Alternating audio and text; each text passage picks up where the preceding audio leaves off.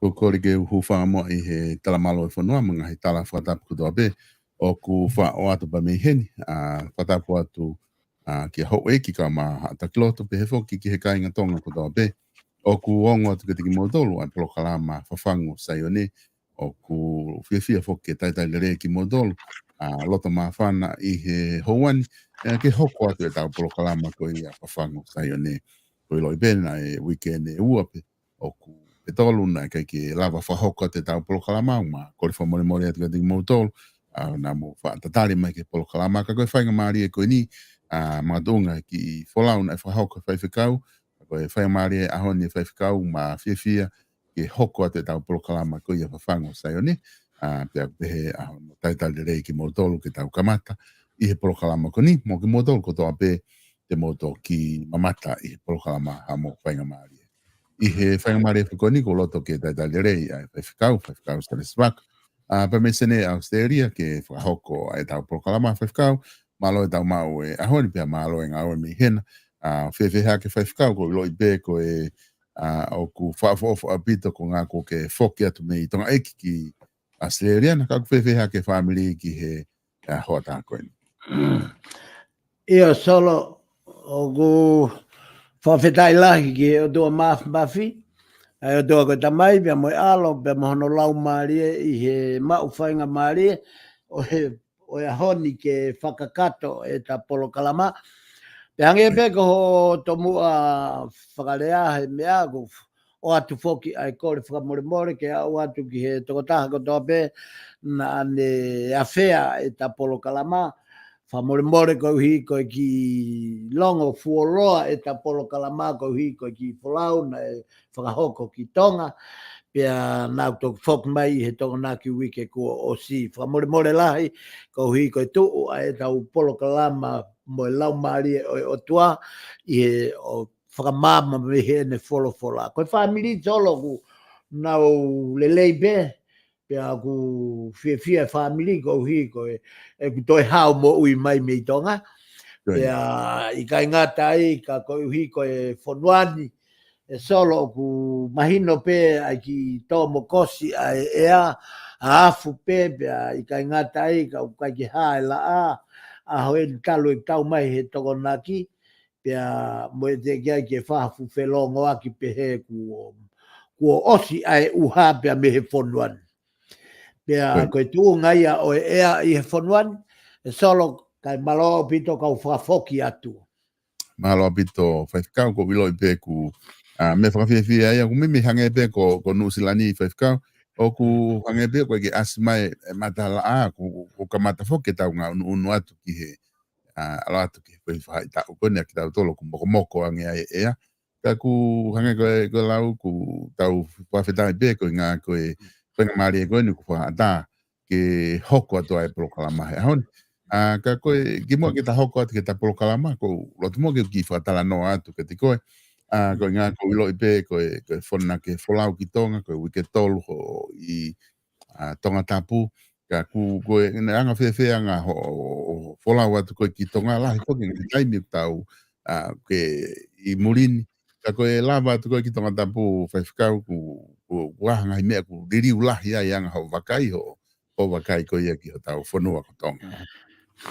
Io, e solo koe nagu wholau I he wafta hao no pe au toe I he ngai kātoanga nai whai ai pe au toe lava atu koe ni o hoko e mau ki mea whaka eiki e ua I lolotonga ia kou I tonga ai koe toko taha pe koe ngahi whae tupu a pe ai whamiri kua osi I he walungo fulu tupu ke hiwango fulu pia na kulava ki ai ki he nuu ke whonua ki whamotu o kai ke ulava o sio ki he tau tupu me tau kakai ko ia o kei mau ai a hoku tou. Koe hono mo o ni ia. Koe mea bea mahino ka te au koe I loi pe me ho o polo kalama. He koe mei koe toko taha ko toko pe na mau whi loaki koe nelea pe ia na kusio ho polo kalama. Na kusio ho mo polo kalama. O mahino lewa ka te au o mamatai e kakai a eta polo kalama. I kai ke uilo ko hai hingoa, I kai ke uilo pe ko hai ia. Ko mea begu ko ne lausia me ki au ko foi rea begu na o mai na mamata homo polo kalama. Ya aloha ke mea i mau ki mea whaka eiki na e whakahoko I la paha. Ko mea tatau ka kai pe ko toa pe ko whetau laki mo ia ko nau o vare pe ko nau sio ko fotunga ni o asi ko I he vi poni ai ni ku ani o ko asi atu ai pa ko nau whakarea pe ia ko nau whakarea pe ia whai whakau o ko wha mamata mau pe homo ko sa ia homo polo kalama kai ke ko e talanoa pe ia ke fonua ko e kusio ke liliu o kuliliu au pito ai fonua pe kai ngata ai to whakau ofang ai fonua pe kai ngata ai ka ko uhi o ku ko tunga ko o mo ui o ku kai hafalaka o ku fai e mo ui a kilalo neongo ai lahi ai lotu pe neongo ai lahi ko ai polo kalama whakalotu pe pure e fonua e lotu mo ngai kala noa ko o tuku fonua ko mo ui solo maulalo au pito hiki e whakalaka I he ekonomika pia moe langa, moe ngai pisinisi e ne alugi olunga kai olo lalo au pito e fo I mo ui ai mo ui koe o totonu ke na uhinga ki a sisu koe mo ui koe ia na e whakatoka e tupo uluaki koe fo I mo ui ia koe ia o kui kai hamaka e toka ai ka ko sisu kalaisi Peka paureva ko sisu kalaisi e toka ai maka o toka ai kau kamata ia sisu kalaisi. Aia koe foi mea koko wongo I o ku more makatunga ia me ia sisu kalaisi. Ka kuo iai e makatunga kehe ai ngai family, ai koloa, ai businessi, ai kau muri o kuo hake ki e fonua. Koe anga ia e kusio whakalau maari. He kua utonu ki he fonua. Ai mahino ka te au fu tō lalo au pito mo I whakalau maari ka ku tō o lunga pia I he langi lau ai ngahi mea kehe ai ena e to tonu ke ulaki hirifaki hifo makatu unga ka koe lotu pia mo sisu kalaisi. Koi.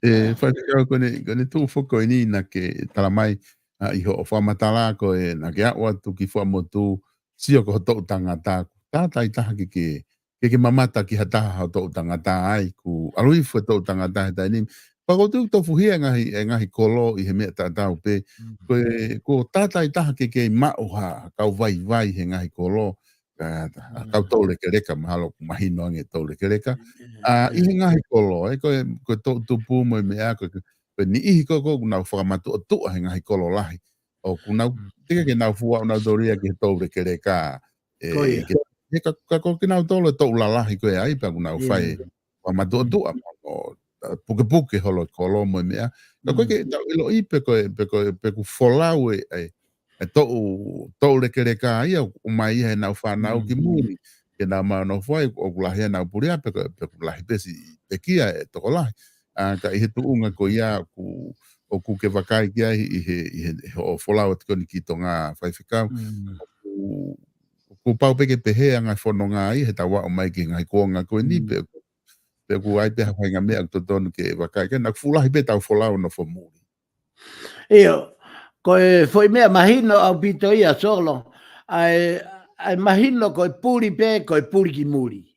Koe foi lunganga anga maheni ia koe te takakai olo pe I tonga koe puria pe folaua mea. Pea o kui kai rewa ke tau mahino I rewa e tau tolu pe koe fau ki Amerika, fau mai ki Hawaii, pe koe fau ki New Zealand, pe koe hau ki Australia. Ka koe kuanga koe ku alato sio aki I he mo ui koe whakaviso ne e solo o kia e mea mahuinga lahi taha o lava au o sio lo loto au pito ke erito I mo oni o lotu ai more e tau tangata o I kai ke ngata he tau tangata pe ka ku more tau tangata tau pe he koe kau tau reke reka he koe tau wofi pe ke tau reke reka mahino ku wofi mawhai toka ko no whakatu tāmaki he aho ni he kui kai o kia I liliu lahi ia o mamani he aho ni Ko liliu ia mamani he ahoni, o whelova i pe whanau i mai, mo talavou, mo fine mui, pe mo matu a fatu tangata, mo kautou regereka, nau lova na toria ki e mate, ki whai toka. O nau lova na toki whai toka. Pe a koe toko taha pe te ne ilo, ai foi mahu inga, o e foi mex, ai foi poini ko ia, pe a whakafoki lewa ki tau tol ke toi tapu, ke tau hanga nge o kofi ange toi tapu, pe koe foi hala to tonu en ke tau fou ai. Ke tau wawe ki whai toka, alu kei sii, alu whatangata, lolotonga ko ia ko o stala he toi tapu, koe tau e fitu ngō fulu, ki pe a kalahi hoto ngū, koe valu ngō fulu. Pe ka ato atu ai tāpua ki o mo ui, ki i he finangalo lelei ai o tua ki he hoto hala whanonga. Te au pe ke valu ngō fulu, mo hiva ngō fulu, pe a o senturi. Ai a koe anga koe usio o ku more malohinga e makatunga ka ko sisu kalais. Pe a me he whanua o tau pore ai koe whanua na e tukilangi. More au pito ia. More au pito ia. Ai a koe totonu ke whai hanga au e ia whakatias, ko hui ke whai mo toho e lei polo tuku ki tua, kai mahino koe pure anga e o tua, o kai koe pure anga ia o lei polo, koe pure anga ia o e loto. Loto mo e ata mai ko ho pure anga ia. Whoko tuu ai ho taloni, pa ke tala mai ho whatongi ake u whai. Pa koe tangata ia, o koe tangata ai o tua. Cholo. Right. Maria pito whaiwhikawa mahino ai whakatadana noa kuke whai. Koe whaiwhikawa koe da polokalama whamui tahana tangata ai i he tatala noa koe i he tohi sāme. Ka ku ngā ku tā o mai eni ki he polokalama ahoni. Ku tā ofi pe hangai koe whamadana kuke o mai ki mua. Ku tā ofi pe ke osi ai tohi fuakawa motua. Ai koe ahoni te tā haurewa ki he ngahi tohi koe na Solomone, tā hau ke tohi koe ia a Palovepi. Ka ko ngā te uate whainga maare koe ni, te tuku ati ka te koe, ki ta hoko atu i he tohi koe ia a Palovepi. Maloa bita solo ma o whainga maare ko hui ka whakakato e ta polokalama kua tutu uni e he lau maali e ma oni o toa, kua pau ke whai hano whakavete, whakapui tua, o e tohi tapu, kai magatu unga i ha tau unu ke ofi ki he tau whanongo ki he lea o kui koe lea ai lau maari ma oni. Koe tohi Palovepi i he fuakawa motu a i he tohi tapu katoa. Ko hono supi e si pe ko hono kaweinga koe potoa usia. Pe koe wisdom.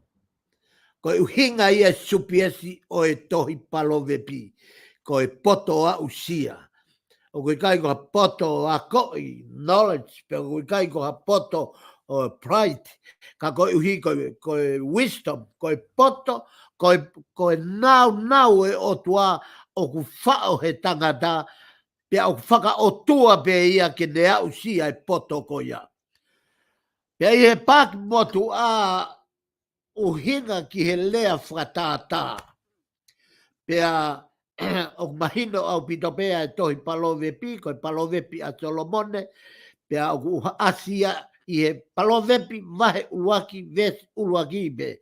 Koe toho pe pui koia o e tohi Palovepi, pea o kulea mai a Palovepi mahe uluaki ves uluaki ki he tolu. E solo kau ki lau i atu me he tohi tapu, koe hui ke ne whakamo o nii, koe tohi na e whatu e Solomone. Aia, Palovepi vahe uluaki vesi uluaki. Koe ngahi Palovepi a Solomone, koe alo o te vita, koe tui Israeli. Koe mea ke ilo poto ai, moe ako naki. Ke sivi ai ngahi rea uhinga, moe mea ke mau wai ai ako naki whakapoto. Whakatoa ngā iange, tohi ai Palovepi a Solomone, pia koe ngahi tohi koe ia, koe makatu unga a hono whatu e Solomone ai tohi, ke mau ilo ai mo ai poto, ke ilo e tangata ai otua. Ai a koe whailea otua, equal poto, wisdom, Pea koe poto ko ia, ka pau he kai te upe he Solomone, pea upe he poto. He koe poto o e otua na e whao ia Solomone. Aia, koe uhinga ia e foi vesi, koe mea ke ilo poto ai moe, a konaki ke sivi, ai ngahi rea uhinga. Pea koe mea ke mauai a e ako naki whakapoto. O kui kai hato e ako naki whakapoto ia. O ku taha pe a e ako naki whakapoto koe wholofola tolo. He kai toi mau ia i hatohi.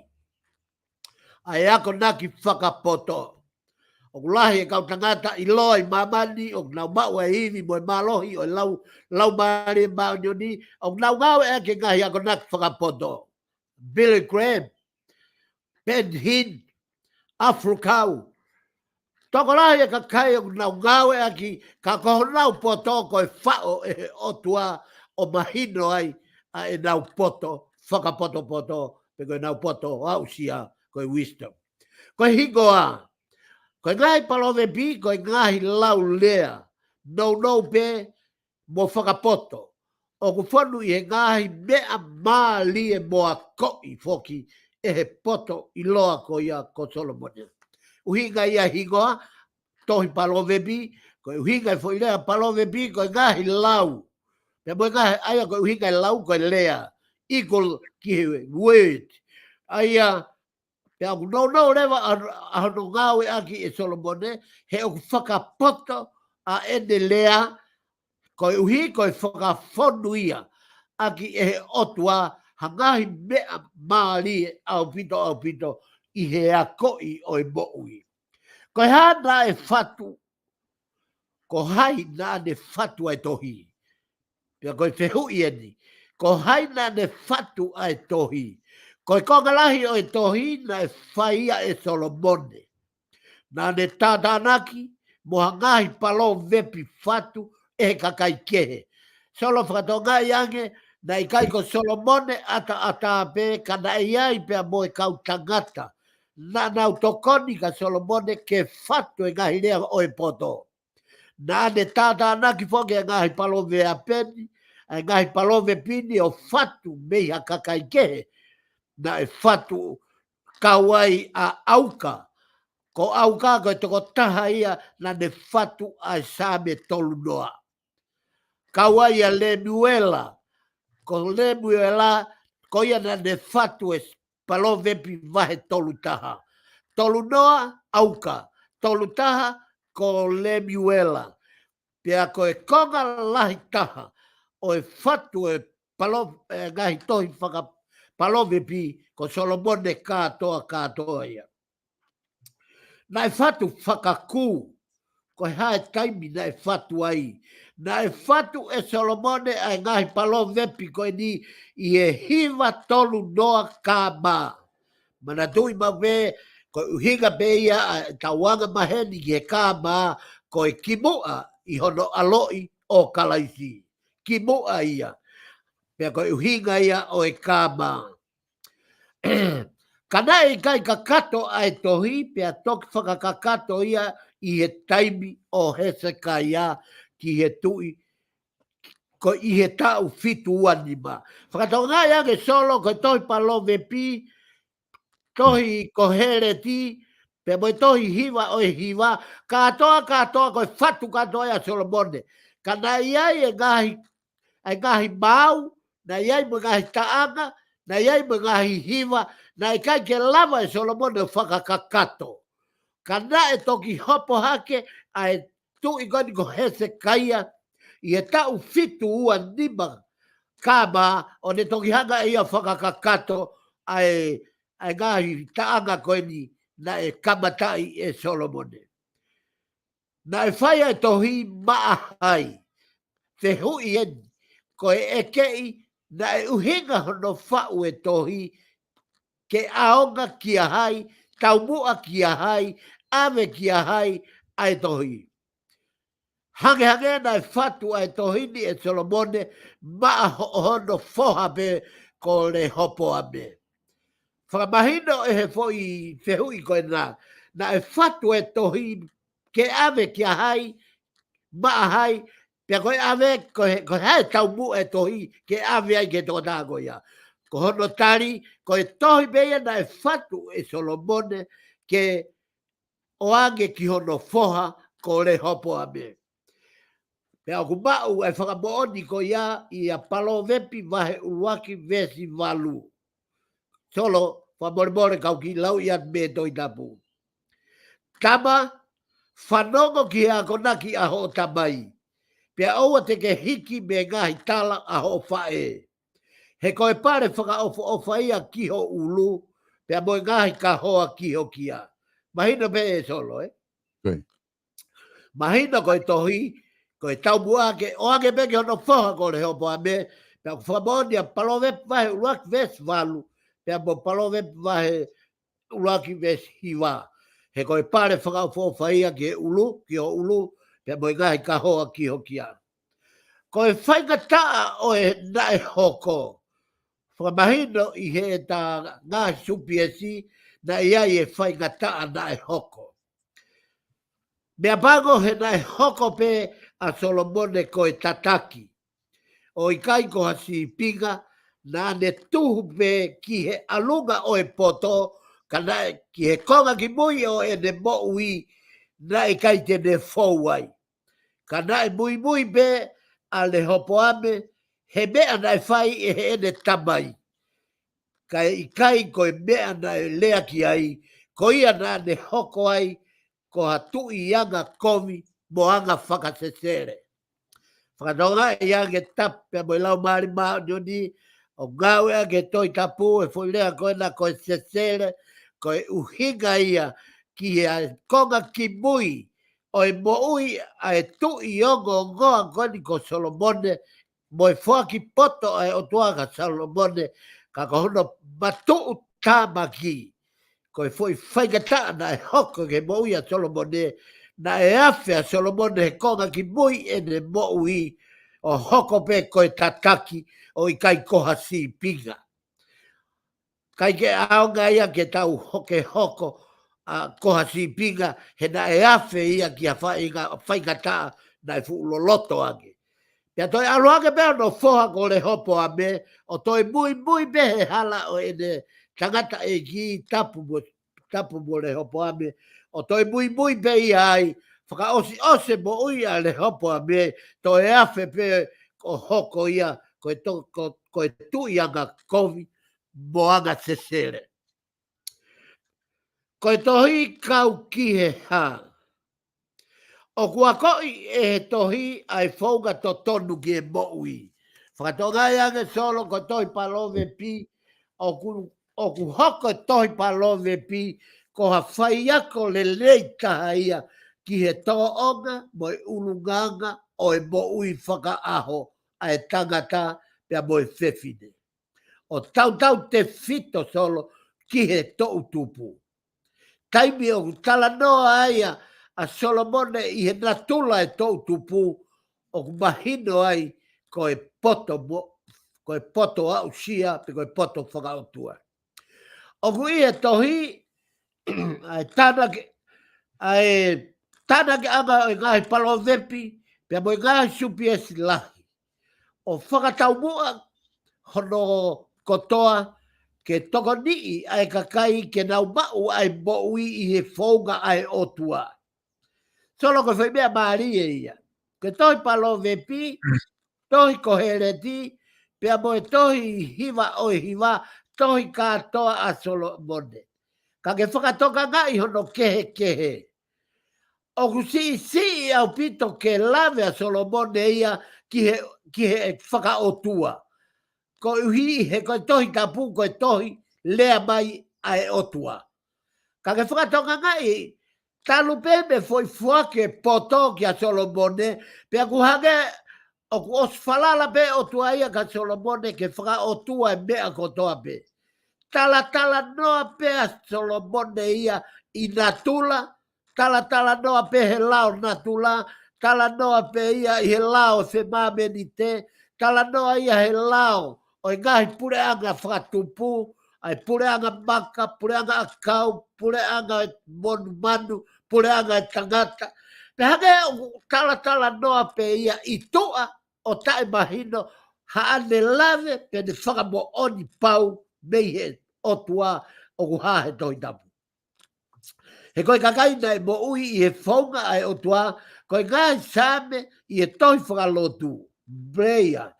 Ka koe ngai palo vepi koe tohi ia ki he ngai mea ke whai I he mo windi. Solo I he mo windi. Koe aunga e tohi palo vepi, ko here di, hiwa ke tau whaka ao ngai ai tohi ko ia he koe poto me he o tua ke tau whaka ao ngai he mo ui ko e ni.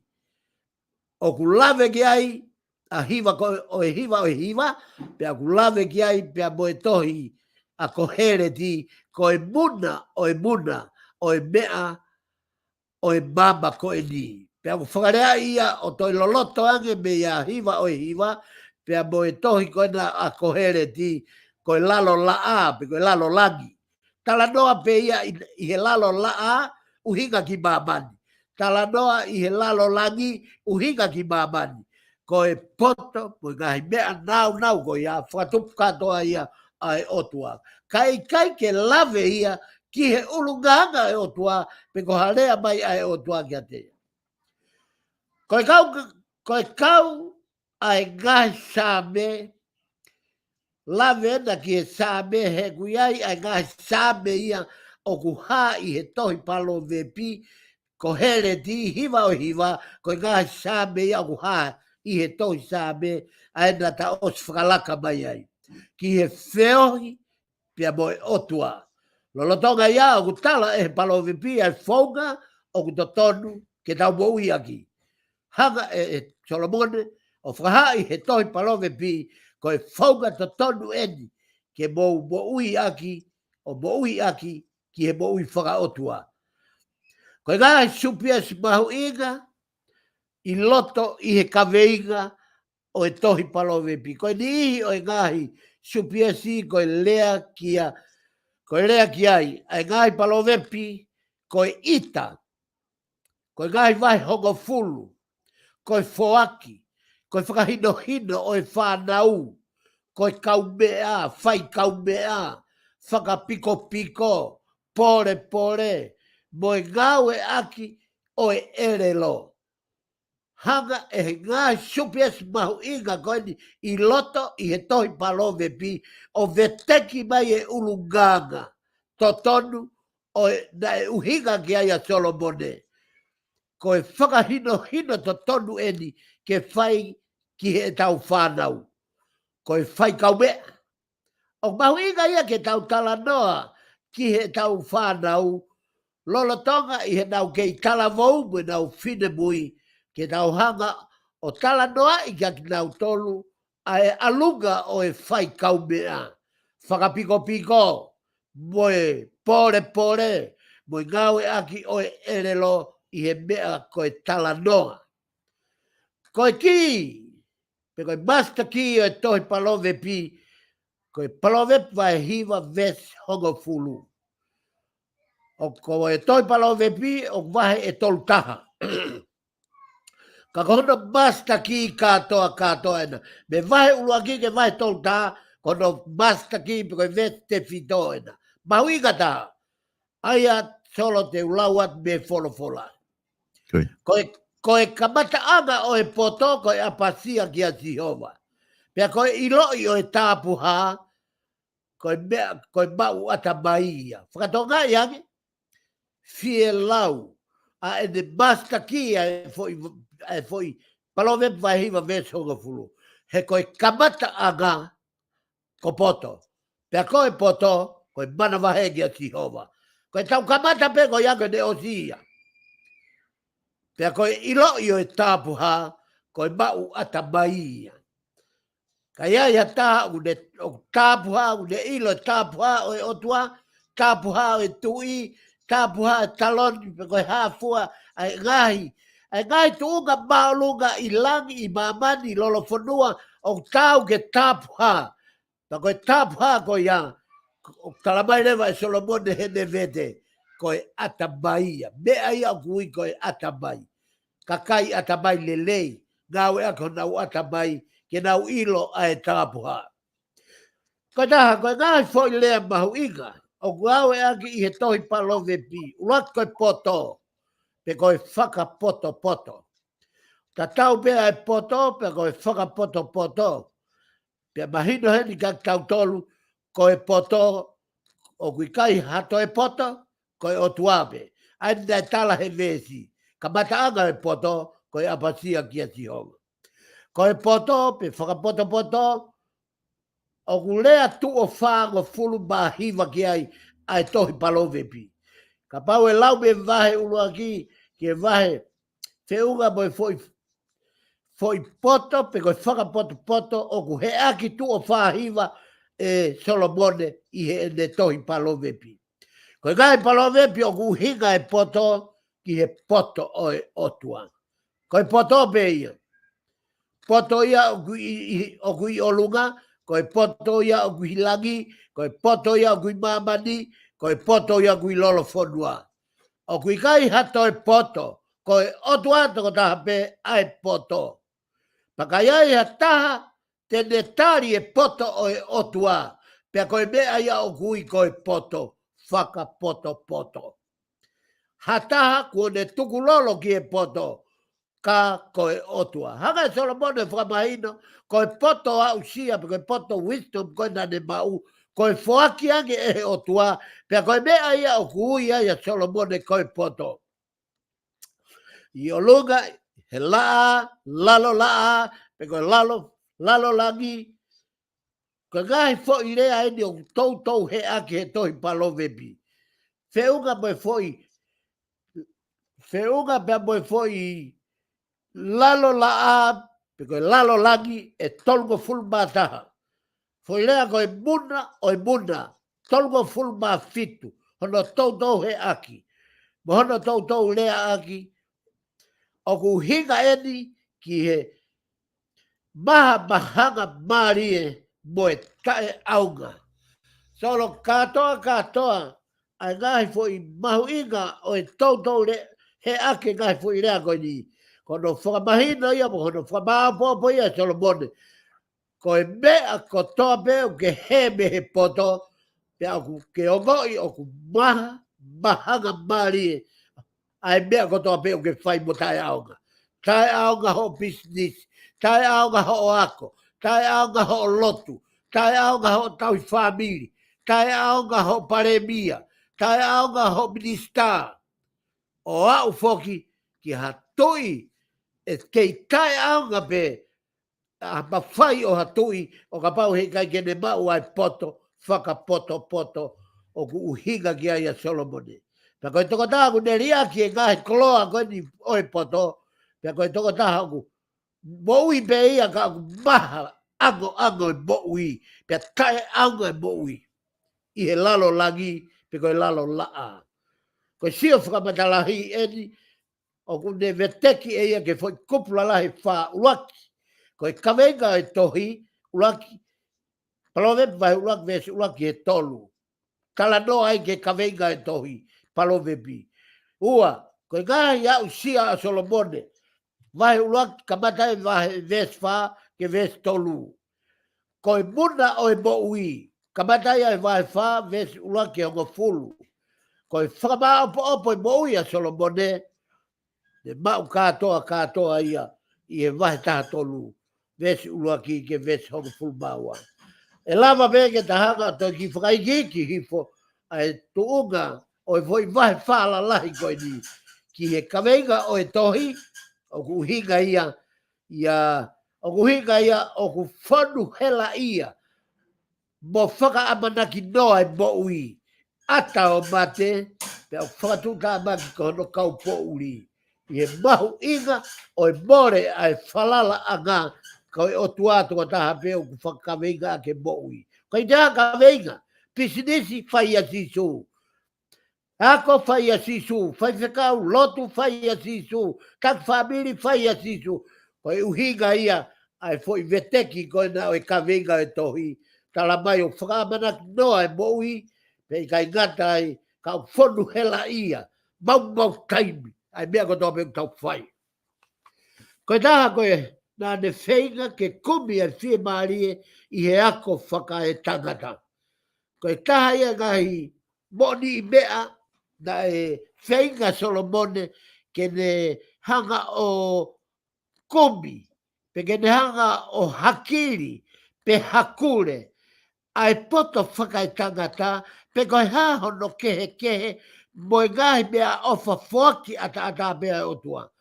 Hangeu to e teka Solomone ia o whainga ke to fusi mai e poto whakai tangata, ke whakatau hoa ki ai e poto e o tua, kai lava ia ke ne whakawhai ke hei, koe ha hona ke. Koe whamatala ia, ahono to e silaisi hifo, ai foi kaweinga koe ai whala lahi, na ta lave ki ai a koe ngahi, ia usia a Solomone. Whatongai koe uhinga e foi kaweinga koe a usia a Solomone. To e ala Solomone ke poto whakatangata, ke ne haka tāki mange, ke ne haka whakatau hoa, ko hea ke o e wisdom, pe koe poto whakautua, mo e poto me. Mahino ai poto o Solomone. Pe kai ngatai, koe ngai, na ea u whoka a Solomone, ki e whaunga, ko no whakahoho ia o e hori. O e ngai fie mau kotoa pe, na ne whenga ke ne au sia. Mea kotoa pe o hori hono lo toki ai, na whenga pe ke viviri pe ke ne ilo, pe koe mea ko ia, o kulelei pe o komi, pe o poto pe o vare. Hange o ne hanga kumit, ai kehe, o i mala e kotoa pe he mo uini. Whakatonga e lewa mea e whahinga poto au sia, na e mau e Solomone. Ai makehe ange, e ne poto fifiri. Ki he poto e o tua, mo e poto e whakai mamani. Me gai ngata inga ko hi ko taha, ko e whare la lahi, mo e kotoa. O e ngahi nau e plasio Solomone. Mau katoa ia he vai wawe whake ta taha. Ko e ngahi palasi, ko e goe anga vaine, ko e ngahi goe anga, ko e whakatawhenga vai, ko e siriwa, mo e koula, ko e ngahi fu kau hiva, mo e fu kau tā mea rea, katoa, ai nau e plasio Solomone, na e hoko e ngahi mea ko ia, ko e ngahi mea ia ke ne hanga, o lere a ki, ai ongo, lele o Solomone, o iloa ai na e au ke kuini o sipa. Pia toki ofo ai e kuini o sipa o ne pe, a tā ko e konga pe, o e koloa mo e tō maari e mo e poto, mo e ongo a Solomone, tā ko e konga pe neu mau, neu whanongo tala noai. Kaike, ko e taha, ko e sio ki he mo ui o hangeo kui kai toi iai, ha mea ia ke kauai. Whahinga sio lo loto e na ia, hange ha ne sio loto. Sio me hono loto, kakano e mo ui whakai loto. A e ne sio ki he mo ui, hangeo kui kai ke toi iai, ha mea ia e aonga. Ka pau e toi hoko atu e mo ui I he mama koe ni. Mau katoa ia ia wahewa, vestahawa, lere ai ke wahiwa, o ngata I he vestahawa. Tala noa ke ngahi mea, whelawei, mo I whiwhiri, ai poto o Solomone, ki he mo ui hangeo, kui kai toi ai ha mea ia, I he mama koe ni, e aonga ki he mo ui. Ka koe otuato o nape. Ka koe point whakaosi, koe muna o e mo ui, ma ui a he vai wha, vesula ki he valu. O behe Solomone koe ngau e kotoa nane whai. Ai lotu, ai koloa, ai mo ui, extra. Moe, tae aonga, kotoa pe ia. I he whakamatala Solomone, ka more otua mei he tangata. Ka koe mo ui e tangata, koe ne whaka ofa, koe ne lanu lerei, koe talamau mo gigila mo ui e tangata, ko ui ke ata mai ai mo ui ia si so kalais. Koe kato a ia, koe ngai whakau ke poto pe a moe vare, ma ui e vai hiwa vestato lu, lere ke honga pulu ke ua noa, koe whakau, moe whakama opo e mo ui a Solomone, Mau ka noe vai tata vesi ula ke taha ua. Ko e ne whare I kau ki he mo ui. Mau ia ia tata vesi ula ki he valu. Ko e ne whare I ki he tau tupu. Mau ia tata hiwa ta ki he taha ua. Ko e whaunga ke kalofi aki hake. Mau he vahe ua ni ma vesi ula ki he ua valu. Whakatonga ngai ai la lahi o ngai. Whakatonga ngai ange. Ai lahi o ngai vesi I he vahe. O ku hape ai lea ki ai I he whaka whou. O toi tala noa whong mai whaka whou I a whekawaki. Moe ongo Solomone. Ai ak mau ia luke vai tā wha vesi hongo fulu. Pea mau ia matiu vai nima vesi ua nima. Matiu vai nima vesi hiwa. Luke vai tā wha vai hongo fulu vesi valu. Toi ala mai moe whaka whou ia. O whakamatala I whakakakato, whakamā opo, ai na tula, o I mo ui a Solomone, I e tau e hiwa ki au, fitu ko fulu, ai na tatala noa ki ai me kamata I toi palovepi. Ko matiu vai nima vesi ua nima, tala noa I e vesi hiwa, matiu vai tā walu vesi tā nima, tā noa vesi tā wha. Pea mo siu tasi vai tā ua vesi ua taha, pea mo e ua, loma vai tā ua, lau ki ai vahe ua no vesi ula ki me mo ua walu. Ko e pore I he kaumea mo e whai whatongia. Ma uia e vai ua fitu, vesi ula ki ua fitu. Ko e toonga o hataha lotu ki he kakai ke he. Oua e whaka heke ki he pureanga. Ko e foi ilo fo wena. Ai whakaha I he taukei a Solomone. Ko e pureanga o kuikai ko ha whaahinga pureanga ia pe kua whahinga mo ui ia ke whai ha mo ui whakaheke ki ai. He o mo ui ia ie. Ma ui ia o fitu. Palovepi vai ua fitu vesi ula ke ua hiwa. Koe ngai palovepi a auka pe mo le miuela. Ma ui ia vai tolu noa mo e tolu taha. Koe ngai le soni me natula. Tala noa ia vai tolu noa. Vesi ula ki ke tolu. Koe whare I ki he tu I. Koe mawinga na koe e solo e tapolo kalama e tāna e o atu ai e tala e mau whakaha o whia mau ha palo fita ki tonga. Ke tu he ta wha ke tu I koe tangata whare I ia. O kui kai koe whare I o e tu I koe o kui kai koe whare I e tu I koe kabineti koe whatatoko ni. O kui ai ha palo fita. Koe toko taha ku ne mau e mawhai ke lea mai lau maari o tua pia ne tala ke tu I pia koe mea ia o kui koe mo ui. Pia koe tonu ia ai mo ui ai tu I. Pia I kai ngatai ko ngahi anga oha waifile lei. Ma ui e vahe tolu taha koe vahe whakaosi. Ka mata e vese o fulu ke vese tolu taha. Koe osi o singa maari e ia ngai pui tua o e tohi palo vepi. Pea o wheunga e vahe, ai foi vahe I e tohi palo vepi, mo e foi vahe e tolungo fulu mataha. Koe ne osi kotoa ia, ai pui tua, ai au tau I koe pui tua, no veteki mai, ai tau mua ngau e Solomone, me e tohi palo vepi. E solo mahalo pe o toi pe e tataimi, ka kore pe ke ta hoko atu mua ki he, whamatala koe ni o e tohi kohere di. Koe tohi kohere di, koe koe toi pia ku hoko ate toi palo vepi, pia koe toi a kohereti. Ai au kui pe ku hiki e ni ihi, koe tohi a tangata malanga. Whatonga iange solo na hanga e tokta molitoni, I he neriliu e tohi tapu koe na I he pak fo ou, o ne hanga ngā whakatou ngau e aki pe I he tohi tapu koe a tokta molitoni, o ne whakatou ngau e aki ai kohereti pia moe tangata malanga. O na tatau pe kohereti pia moe tangata malanga. Ie fuakawa motua I he tohi tapu. Ko hingoa e fo ko hingoa. Ko hinga e fo ilea kohereti ko e fo ilea whakahepe lu ia. Ko hono uhinga ko ataha u ne tātānaki hanga hilea whakapoto o whaiako aki. Ko uhinga ia ai fo ilea ko e kohereti. Ko hato ko fo ilea whakahepe lu.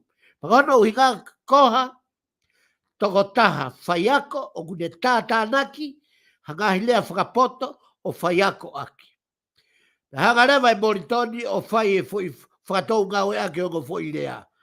Ai kohere ti pia moe tangata malanga. Koe uhinga o ongo fwoi lea ia koe ni whakatou osi, kai hene whau mai pia me herea whakakarisi. Koe whau koe me whakakarisi o ku kehe ia me whakahepe lu. Koe whakakarisi o ku uhinga e kohere ti ia, koe palo fesa. Koe uhinga ia koe palo fesa. Pea koe uhinga ia take whakatonga ngai, koe ne alu pe ia ke tatau e uhinga. Tangata tātānaki ai ngahi uhinga whakapoto o whaiako aki, pea koe tuunga ia kua usia ehe, tuunga o tangata malanga koe palo fesa, pe ko no uhinga i he lea whakakarisi. Ko haina ne whatu ai tohi, whatu me Solomone. O kure koti e tohini a e negahi au sia. Nā ne whekumi o mau ai fie marie i he mama o i kai i he otua. Hanga e Solomone o ome foi whakakau kau whatfo o koe ni. Ko e ne hanga o haao ai mo wini pe o kuiai ha fie marie e mauai. Ko uhi he tau pehe koe otua, koe tau mau pe otua tau mau e nonga, tau mau me iai e fie marie. Pe koe taha ia he ngahi kawenga ngau e Solomone. Na iloa ia Solomone koe ne hanga toe hakure ai mlalo mamani mohono poto pe o mau ai e fo ilea koe fie marie. I he mamani pe ne toki whakapapau i me iai oku i kai. Ka ihe o tuato o taha be, o mau ai ai nonga, ai fie marie. Na e whatu whakakou, ai tohi kohereti, osi hono whatu e tohi palowe pi, i e hiva fitu noa, pia toki whau rewa ai tohi kohereti, i e hiva tolu nima kāma. O whotu mai, e ni o e hiva a Solomone. Na e whatu e Solomone lolotonga o ku kei tala mousi. Whakatonga e ange solo foi mea koe ni. Kato e foi tohi e tolu. Na e whatu hagea na e whatu whakakuonga. I he mo ui a Solomone. Aia, hange koe ni. Na e whatu ia e Solomone lolotonga o ku kei tala mousi. Ko uhinga ia toi ke kohereti, na e whatu he kei tala mousi a Solomone. Pea koe tohi o e ngahi palo vepi, aena ta kua tapasi mai ai, na e whatu ia lolotonga kua whatu tangata a Solomone. Pea koe tohi hiva oi hiva, ai te kai ke tā uki ai. Koe whatu ia he tau leke leka a Solomone. Whatu a e tohi hiva o e hiva, i hene whatu, i hene kei talavousi i. Pea aloha ke koe o whatu tangata, pea whatu ai e tohi palo vepi. Pea alu koe o tau leke leka, pea toki whatu ai hiva o e hiva. Koe uhinga ia, ai foi tolu i tohi a Solomone i hono taimi o whakatatau ki hono kuonga. Nai whiunga whakatoa e foi taanga nai whatu e Solomone mo e foi taanga e tolu afe solo. Te kia ke aha puna ke pehe. Kai ke au sia hene e kia te vita. Ai whatu a Solomone. Whiunga e ne foi taanga na ne whatu mo e foi taanga e tolu afe. Pea koe punake mo oni, koe poto mo oni a Solomone. Koe tohi kau ke ha, koe lau e tohini, kau ki he muna o e mea ko toa pe, o ku ihe ata, o ku ihe mamani, o ku ihe whonua. Koe tala noa ko ia, o e tohi ko hereti, o ku tala noa ki he muna, mau taimi o e moui, i he tau moui he mama koe ni, koe uhi, koe otua. Kua tuku mo tau tolu ai tohini, ke tau wako me iai. Ke tau wako me iai neongo koe mea kua tohi, kua ikai loto tatau ai, mo e toenga o e fola, mo e toka te rine, o e ngahi mea, ko ia oku whai ke ai, mo e toenga o e fola. Ko e ngahi mea ko ia, ko e whakaukau ai tangata ata ape, i kai kau ai otua. Tala noa e fo i, ai a ko whakatonga i ange ko here tiku whatangata a Solomone, mei lahi, lau pea Solomone ia i he vā o e talavou mo e whine mui, Eva a e talavou ke whine mui, pea mo e mari a e talavou mo e whine mui, ka kohono whakauhinga, na e whauhinga ia e Solomone, ko e uhinga ki e hoko mai a kalaisi o teu ko e tangata taane, ke taane pea mohono uaifi ka koe siasi. Aia mo ui aia mamani he ahoni. Sia ke sio loloto a Solomone. Sio Solomone ia he tau e hiwa ki au, ko e o ne fatu e ia whakakaukau ki a hoko mai a kalaisi, ko e hao taane mohono siasi i mamani. Pea e toi whakahala i ai e hataha ko e poto mo ne Solomone, i he ne tala e umea, pea ne whau e ia, e ne whakakaukau o hoko mai o mooni, pea sino mai o whakamooni i hea honi. Ko taha ko te fito o ngahi mea o kuako. Ko e moui a taha pea me he o tua, o whonu hela ia pea mo whonu amanaki noa. Kala noa i pea Solomone ki he mouini, mohono koloa, mohono mea kotoa pe o lalo langi, o lalo laa. Ko e mea kotoa pe, ko e moui ko e atape, ko e whaka amanaki noa pe, ko e oho whanonga pe, ia ki taim nou, pe tau whok tau tau ki he api, ko e apta ngata. Ko e ki, o e tohi ko hereti, o haia ia ko hereti vai uaki, vesta hawa, ki ta wha, ko hereti vai ua vesta ata, ko hereti vai ta hawa vesta tolu.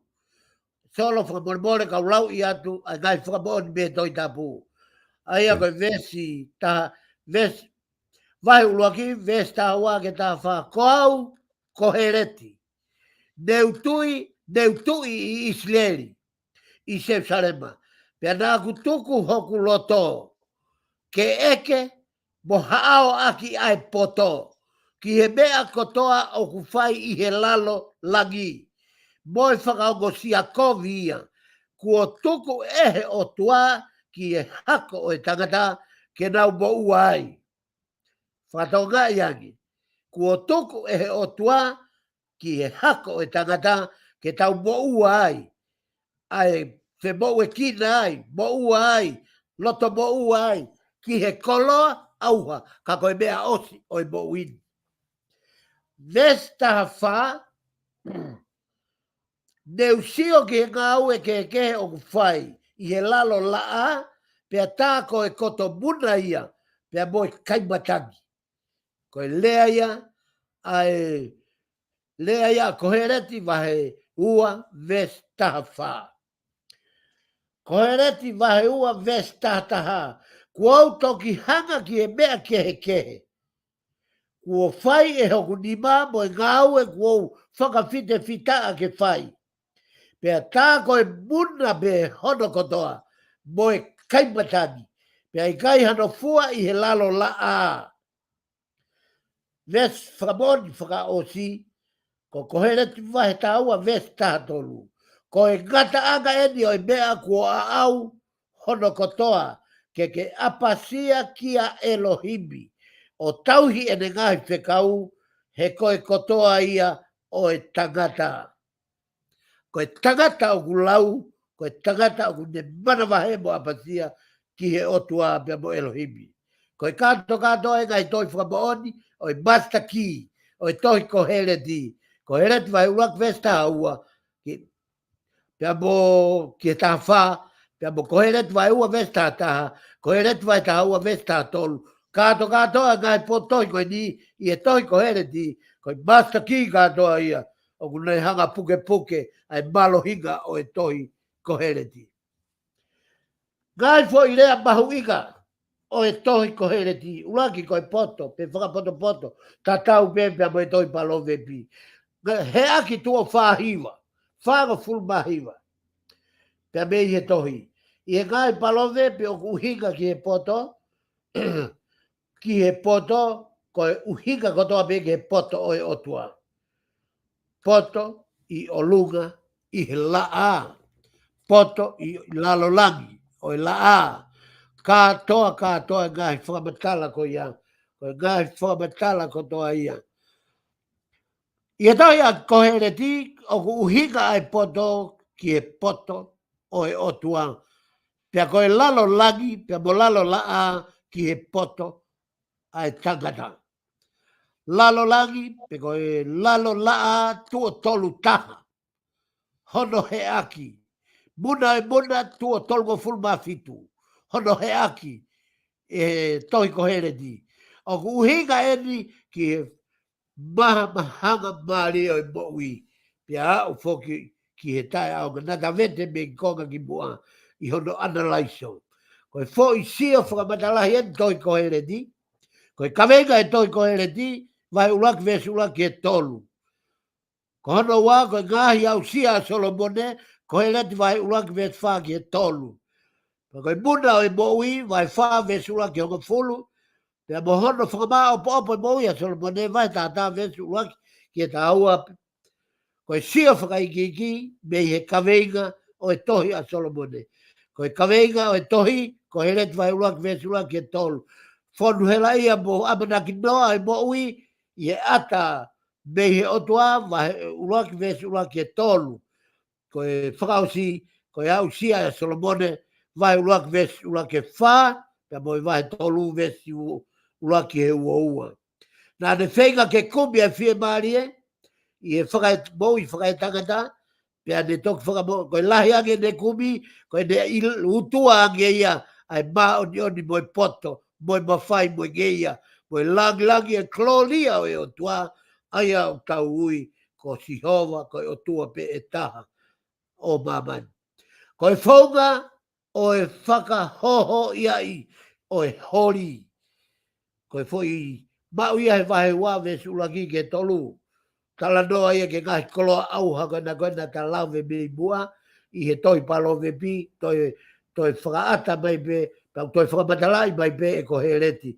Ngahi whanela lahi, pe mo koloa mo ngahi palati, pe mo ngahi koue anga vaine, mo ngahi koue anga, ngahi ta whenga vai, siriva pe mo koulak, pe mo e kauhiva, mo e ume alea, pe i kai ngatai, ka kauhi ko e lao o natula, ki ha pure anga e whaa, pure anga man, pure anga kau, pure anga e tangata, pe mo e pure anga. Katoa ngai mea ko ni solo o kundehanga o mai katoa ka tautolu a sio ki he mo uini o hangeo kui kai ke toi iai ha mea ia ke whai ha toi mahui ka ia ka koe otu ato o tahame. Whakamao popo katoa o e ngahi tohi palo vepi, tohi ko he reti pe au ne o mai ai e fui whakamao opo i vai wha le rangi he vesi ulaki honga fulu. O behe Solomone koe ngau kotoa ko ia, koe muna kotoa me ia, pia koe kaimatangi, ai mea kotoa ko ia. Pia koe whamaa opo e mo ui e Solomone, ai a mahino pe ia kohereti, koe ne wharei ki he kau ki he mo ui, mau ia vai tātā, vesula ke walu, koe ne wharei ki he kau ki he tau tupu, pia manatui ai o tua lolotonga ho ke tala vou de whakatokanga ke kau tala vou o wana ngalo o tua ia dek mo tolu. Mau ia vai tata vesi hiwa ke lere ke vai tā wā vesula ke tā wha. Koe katoa ia ngai vahe a kohere ti pe koe tangata malanga. Te unga ia moi foi vahe e honga fulu maua. Te unga ia moi foi vahe e honga fulu maua. Solo koe ngata anga ia o e pui tua o e tohi ko ia o e kohereti, o kui ko kohereti, pe ko e tangata malanga. Ta koutui ku whiunga e ta taimi ka ta toki hoko atu i he tohi whakaosi a Solomone i e hiwa o e hiwa, ko hi osi e ta taimi e sola. Alo pito fai ko ilo i pe a pito ko ngā kulava ai tohi e ua koe ni kulava ki whai kai ono taranoa i hono puitua pe a mangahi whamatala mahau inga koe ko ke os tuku mai ka te ua te whainga maari e koe ni ke whahoko ai hata whama apopo kada toki mawai Solo ko whamalo lahi ki whainga maari e whaosi ku ke te tuku mai ko hi ke whamanatu ai bea me he polo kalamani ai weekend ko e ni ko i wike o i pekia. Pea ko i mahu inga o i pekia ko e ni o ku hape ia i he le soni o i aho ni. Aia ko sione vahe hongo fulu maa walu, pe ko i vesi tolu ngo fulu maa fitu. O ku haa e kupu i rea ko e ni, pe ko i whakaamu ia ke te pile whakalau maria o i aho ni. Ka mou ka usia ha sapate ha pekia i a whalai te ha pekia le lei pia i kai ngata ai ka koe hui koe taimi te ne nofo whanua loto ai a sisu pia i kai ngata ai ka ne toe tuu i he ulaki aho koe sapate koe whekau mahu inga lahi taha ki he pekia o e aho ni koe lea a sione vai hongo fulu maa walu vesi tolu hongo fulu maa fitu. Kua uha wai ki mamani koe uhi ke whakahai ai mooni. Solo koe longoa a lahi taha i he Facebooka, i he interneti, pe mo ngahi i social media, i he ngahi polo kalama, koe tau aki, ta aki, pe ko hai o ku mooni.